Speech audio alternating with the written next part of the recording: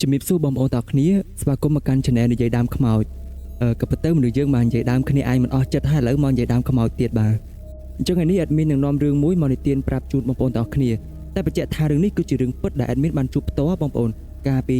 admin ធ្វើការនៅក្រុមហ៊ុនមួយអញ្ចឹងកុំឲ្យខាត់ពេលយូរយើងចូលមករឿងរបស់យើងបងប្អូនទាំងអស់គ្នាកាលនោះខ្ញុំធ្វើការនៅក្រុមហ៊ុនមួយនៅទីក្រុងភ្នំពេញរបស់យើងដែរទេតែថាក្រុមហ៊ុនហ្នឹងគេជួលរបៀបផ្ទះវិឡាហើយគេធ្វើជា office គេបើកជា office នៅទីហ្នឹងណាបុគ្គលិកកាលហ្នឹងប្រហែលជាង7 8នាក់ទេហើយនឹងមានមេម្នាក់ទៀតគាត់ថាមេខ្ញុំកាលហ្នឹងគាត់ជាជនជាតិបរទេសហើយកាលហ្នឹងខ្ញុំចូលធ្វើការបានជាងកន្លះខែដូចជាអត់មានអីប្លែកទេនៅក្នុង office របស់យើងគឺអត់មានអីប្លែកទេតែតែថ្ងៃមួយដោយសារពេលហ្នឹងគឺមានការងារច្រើនអញ្ចឹងខ្ញុំក៏សម្រេចចិត្តមកធ្វើការបន្ថែមម៉ោងបាទតែម្នាក់ឯងទេដោយសារតែបុគ្គលិកផ្សេងទៀតគាត់ហៅការងារហ្នឹងអញ្ចឹងខ្ញុំនៅតែខ្ញុំម្នាក់ឯងទេអញ្ចឹងខ្ញុំក៏សម្រេចចិត្តធ្វើការថែមម៉ោងនៅក្នុង office ហ្នឹងតែម្នាក់ឯងទេបាទគាត់ទៅថាពេលហ្នឹងគឺនៅខាងក្រោមមានពូសន្តិសុខដែលគាត់នៅយាមហ្នឹងព្រោះគាត់ត្រូវសម្រាប់ទៅគាត់ទៅគេងនៅក្រុមហ៊ុនហ្នឹងនៅពេលហ្នឹងខ្ញុំកំពុងអង្គុយធ្វើការសុកហ្នឹងស្រាប់តែធំក្លិនចម្លែកបងប្អូនម្ដងស្អុយម្ដងក៏អូបហើយខ្លះទៅក៏វាថាក្លិនដូចចម្លែកយើងដឹងតែជាក្លិនអីវាដូចថាច្បោកច្បល់ក្លិនពេញហ្នឹងហ្មងតែគាត់ថាពេលហ្នឹងខ្ញុំសង្កេតឃើញថាមានក្លិនស្អុយហ្នឹងភាគច្រើនតែគាត់ថាពេលហ្នឹងខ្ញុំក៏អត់ចាប់អារម្មណ៍ច្រើនដែរព្រោះនៅគាត់ថាប្រហែលអាចជាមកពីក្លិនបន្ទប់ទឹកអីអញ្ចឹងទៅតែរឿងដែលខ្ញុំអត់ដឹកស្មានដល់គឺទ្វាររបស់ office ហ្នឹងស្រាប់តែបើកដោយខ្លួនឯងបងប្អូនគឺបើកដោយខ្លួនឯងចុះបងប្អូនគិតថាទ្វារនៅសុកវាមិនអាចបើកដោយខ្លួនឯងបានទេត្រូវអត់ប៉ុន្តែហេតុអីបានទ្វារហ្នឹងគឺបើកដោយខ្លួនឯងពេលហ្នឹងខ្ញុំរៀងភ័យបន្តិចដែរតែក៏នឹកគិតថាអាចមកពីខ្យល់បក់អញ្ចឹងបានធ្វើឲ្យទ្វារហ្នឹងបើកដោយខ្លួនឯងអីអញ្ចឹងហើយខ្ញុំក៏ចេះតែធ្វើការបន្តទៀតសិនទៅព្រោះការងារហ្នឹងបញ្ញាប់ហើយធ្វើអត់តាន់រួចអញ្ចឹងខ្ញុំអង្គុយធ្វើការបានប្រហែលជាកន្លះម៉ោងបន្ទាប់ពីទ្វារបើកដោយខ្លួនឯងហ្នឹងស្រាប់តែបងប្អូនពេលហ្នឹងគឺមានដៃមួយមកកេះបាទមកកេះខ្ញុំឲ្យសួរថាពេលណាចេញទៅរំពេចហ្នឹងគឺខ្ញុំភ្ញាក់កញ្ញាងដៃកញ្ញាងជើងព្រោះកំពុងតែផ្ដោតអារម្មណ៍លើការងារហើយមកកេះអញ្ចឹងគាត់ថាពេលហ្នឹងគឺខ្ញុំងាកទៅក្រោយស្រាប់តែខ្ញុំឃើញដូចមានសមោខ្មៅហ្នឹងរត់ព្រុចដូចថាសមោហ្នឹងគឺឈរចាំមើលខ្ញុំហ្មងអញ្ចឹងពេលហ្នឹងខ្ញុំក៏ចាប់ដើមភ័យខ្លាំងមែនតើហើយគ្រាន់តែថាការងារវាអត់តន់ហើយតែបើនៅខ្លាចខ្មោចឡងអញ្ចឹងក៏សម្រាប់ចិត្តថាទៅផ្ទះសិននៅមិនមកយើងប្រាប់មេតាមហ្នឹងណាបងប្អូនទាំងអស់គ្នាពេលដែលស្អែកឡើងគឺបុគ្គលិកទាំងអស់ហ្នឹងគឺគាត់នាំគ្នាមកធ្វើការជាធម្មតាទេ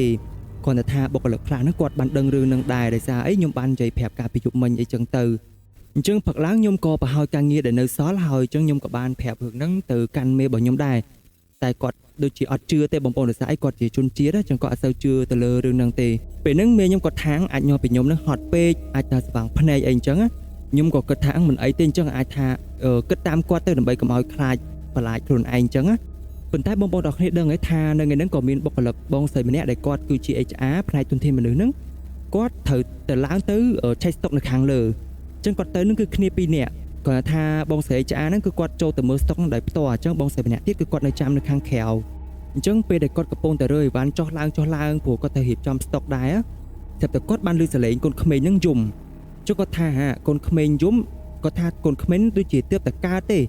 វាថាកូនងាយទេទីរੂអញ្ចឹងគាត់ក៏ចេះតែរើអីវ៉ាន់តម្លាក់ចោះខ្លះលើកដាក់ពីនេះទៅនោះខ្លះអញ្ចឹងវាមានសលេងរំខានណាបងប្អូនអញ្ចឹងពេលហ្នឹងគឺគាត់នៅតែឮសលេងក្មេងហ្នឹងយំតារ៉ែដូចថាយំយូរទៅអញ្ចឹងគាត់ក៏បានសួរទៅគ្នាគាត់ដែលថាទៅជាមួយគាត់ហ្នឹងសួរថាមានបានឮសលេងក្មេងហ្នឹងយំអត់អញ្ចឹងបងស្រីម្នាក់ទៀតហ្នឹងគាត់ថាគាត់អត់បានឮសលេងហ្នឹងទេ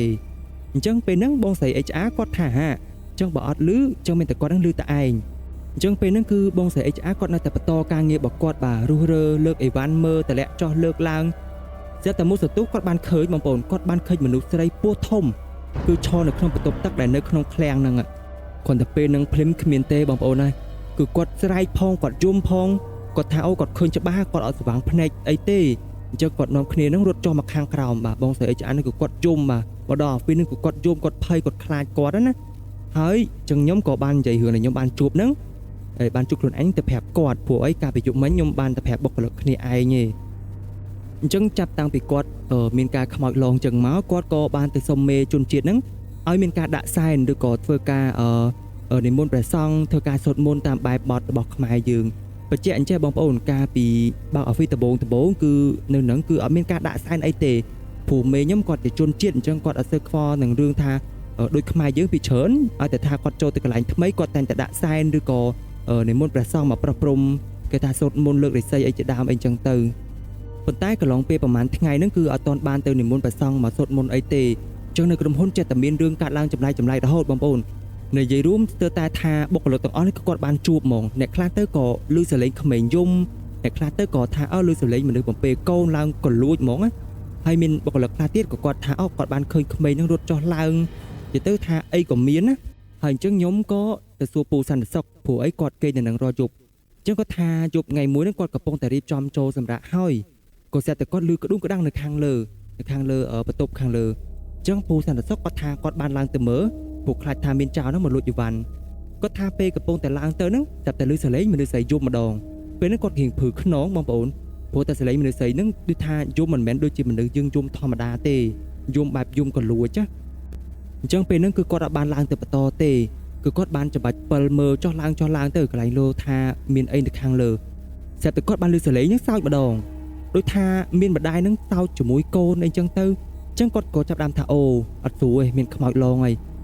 កំឡុងពេលហ្នឹងគឺគាត់រៀបចោះទៅវិញហើយបាទស្រាប់តែគាត់បានឃើញមនុស្សស្រីហ្នឹងគឺស្លៀកពាក់ជារ៉ូបអ្នកពោះធំហើយដើរនៅខាងក្រោមស្រាប់តែគាត់ស្រែកវ៉ាស់របៀបថាគាត់ស្រែកដើម្បីបង្អើហើយដើម្បីថាកុំឲ្យគាត់ខ្លួនឯងហ្នឹងខ្លាចតែដល់ទៅពេលដែលគាត់ចុះមកដល់ខាងក្រោមគាត់ថាអត់មានមនុស្សទេបាទអត់មានមនុស្សស្រីណាផងអញ្ចឹងគាត់ច្បាស់ណាស់ថានឹងគឺជាខ្មោចឡងហើយខ្មោចឡងគាត់អញ្ចឹងរំលងទៅប្រហែលថ្ងៃក៏ក្រុមហ៊ុននឹងបាននិមន្តព្រះសង្ឃមកប្រោះព្រំហើយក៏មានការដាក់យ័ន្តតាមជំនឿផ្សេងរបស់បុគ្គលិកនីមួយៗអញ្ចឹងទៅអញ្ចឹងខ្ញុំក៏អត់ចិត្តដែរខ្ញុំនឹកថាចង់ដឹងពីព្រោះអីក្រុមហ៊ុនហ្នឹងគឺជាផ្ទះវិឡាដែលមេខ្ញុំគាត់ជួលធ្វើជាអហ្វីសទេចឹងថ្ងៃម៉ោងសម្រាប់ហ្នឹងខ្ញុំក៏ឆ្លៀតទៅសួរពូមីងដែលគាត់ជាអ្នកលក់ទឹកនៅចិត្តហ្នឹងអញ្ចឹងគាត់ក៏បានប្រាប់ថាចេះតែវិឡាហ្នឹងពីមុនមានគ្រួសារមួយដែលគាត់រស់នៅហើយប្តីរបស់បងស្រីហ្នឹងគាត់គឺជាអ្នកធ្វើការចោះខេត្តណាអញ្ចឹងក៏គាត់អត់សូវបាននៅតែវិឡាហ្នឹងទេបងប្អូនមានដឹងហើយថានៅពេលហ្នឹងគឺបងស្រីម្ចាស់ផ្ទះគាត់មានផ្ទៃពោះចិត្តគប់ខែហើយតែថ្ងៃមួយហ្នឹងស្រាប់តែគាត់ឈឺពោះអញ្ចឹងពេលហ្នឹងគឺស្វាមីរបស់បងស្រីគឺគាត់អត់បាននៅផ្ទះទេហើយអញ្ចឹងនៅក្នុងផ្ទះហ្នឹងទៀតក៏អត់មានអ្នកណាគេនៅក្រៅពីបងស្រីដែរព្រោះថាផ្ទះហ្នឹងគាត់គ្រាន់តែមកមើលឬក៏មកសម្អាតម្ដងម្កាទេអញ្ចឹងហើយបានជាអត់មានអ្នកណានៅជាមួយគាត់ណាហើយអ្នកលក់គាត់ក៏បាននិយាយបន្តថាគាត់អត់បានដឹងអីទៀតទេគាត់តែថាផឹកថ្ងៃមួយគាត់ត្រូវមកលក់ជាធម្មតា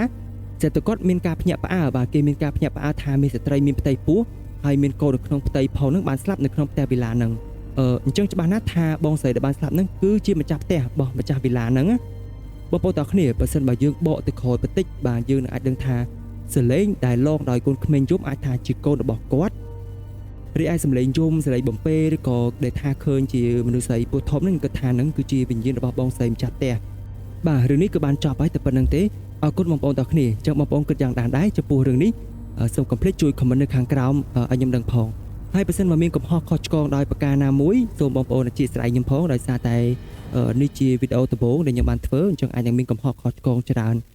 បងប្អូនអាចធ្វើការផ្ដល់ជាមតិនៅក្នុងការរិះគន់ដើម្បីកែលម្អខ្ញុំរីករាយស្វាគមន៍អត់មានថាខឹងអីទេយើងជួបគ្នានៅវីដេអូក្រោយសូមអរគុណនិងសូមគោរពលាបងប្អូនទាំងអស់គ្នា